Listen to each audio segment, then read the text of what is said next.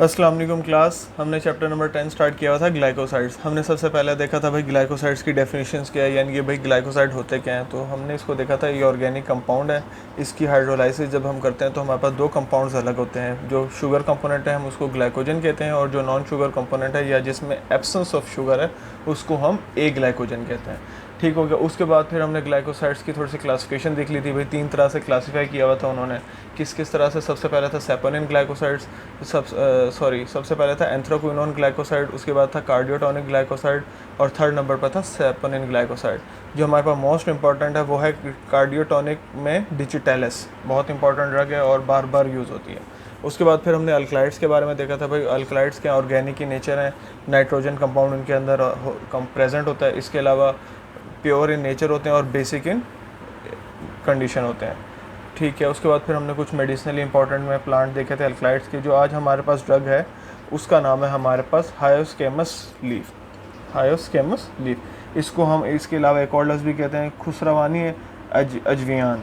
ठीक है, कुरसानी अजवियान, अजवियान के नाम से या अजवाइन के नाम से हम इसको सिनोनिम पढ़ते हैं। ठीक हो गया। अब इसके बारे में हम देख लेते हैं भाई इसका बायोलॉजिकल सोर्स क्या है। It consist of dried leaves and flowering tops of hyoscyamus niger. ठीक है। इसके अलावा जो इसका बायोलॉजिकल सोर्स है वो क्या है, वो बिल्कुल ये देखें, ये हमारे पास उन्होंने डब्बे पत्ते भी बनाए हुए हैं, बिल्कुल ये ड्राइड लीव्स से हैं, पत्ते से हैं।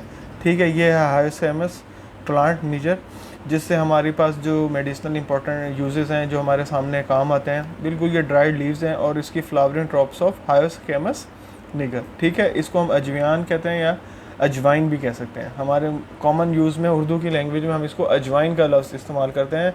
अजवाइन के बारे में हम डिस्कशन करेंगे आगे। इसकी फैमिली के बारे में देख लेते हैं भाई। फैमिली इसकी सोलेनेसी। ठीक है। अजवाइन है, अजवाइन की फैमिली है सोलेनेसी।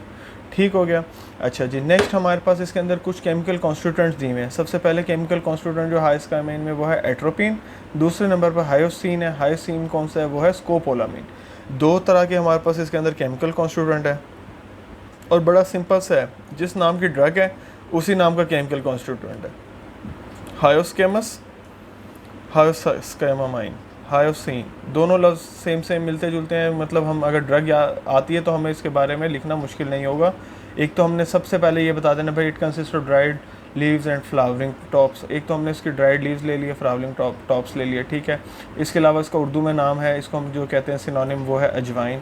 ठीक है। दो तरह से इसके अंदर केमिकल कॉन्स्टिट्यूएंट्स आ रहे हैं। एक तो नंबर 1 पे हमारे पास एट्रोपिन है, सेकंड नंबर पर हमारे पास स्कोपोलामीन है। मेरा बार बार किसी भी चीज़ को रिपीट करने का मकसद ये होता है कि हम इसको अभी यहीं पर ही एब्जॉर्ब कर लें, इसी को यहीं पे याद कर लें, हमें दोबारा भी इसको पढ़ने की ज़रूरत ना पड़े। तो हायोस्केमस हमने याद रखना। हायोस्केमस जैसे ड्रग आएगी हमने फ़ौरन उसके बारे में हमारे दिमाग में क्लिक हो जाना चाहिए कि इसकी फैमिली सोलेनेसी है। अच्छा, कैसे जहन में रहेगा, हायोस OSR है, SO लिख लेंगे, आप इसको उल्टा कर लेंगे SO, यानी कि आपको इस वर्डिंग के अंदर से नज़र आ रहा होगा सोलेनेसिस की फैमिली। ठीक हो गया।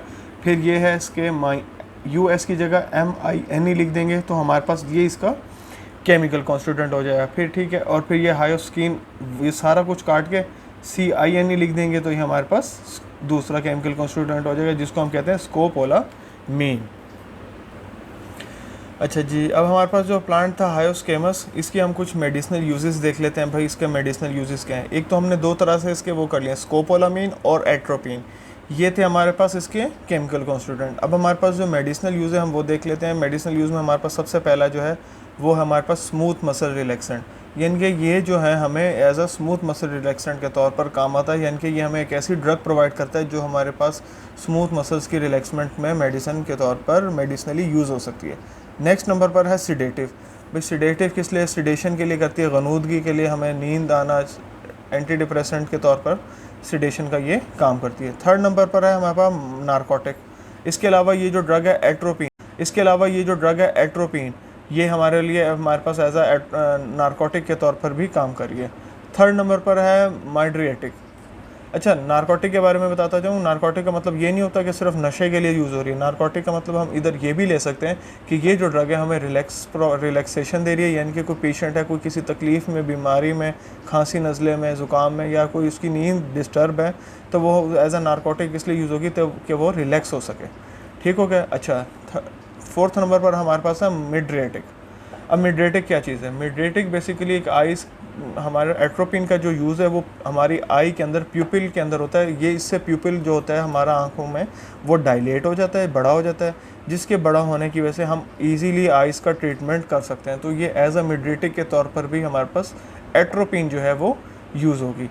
अच्छा जी, उसके बाद है हमारे पास CN यूज्ड इन अस्थमा।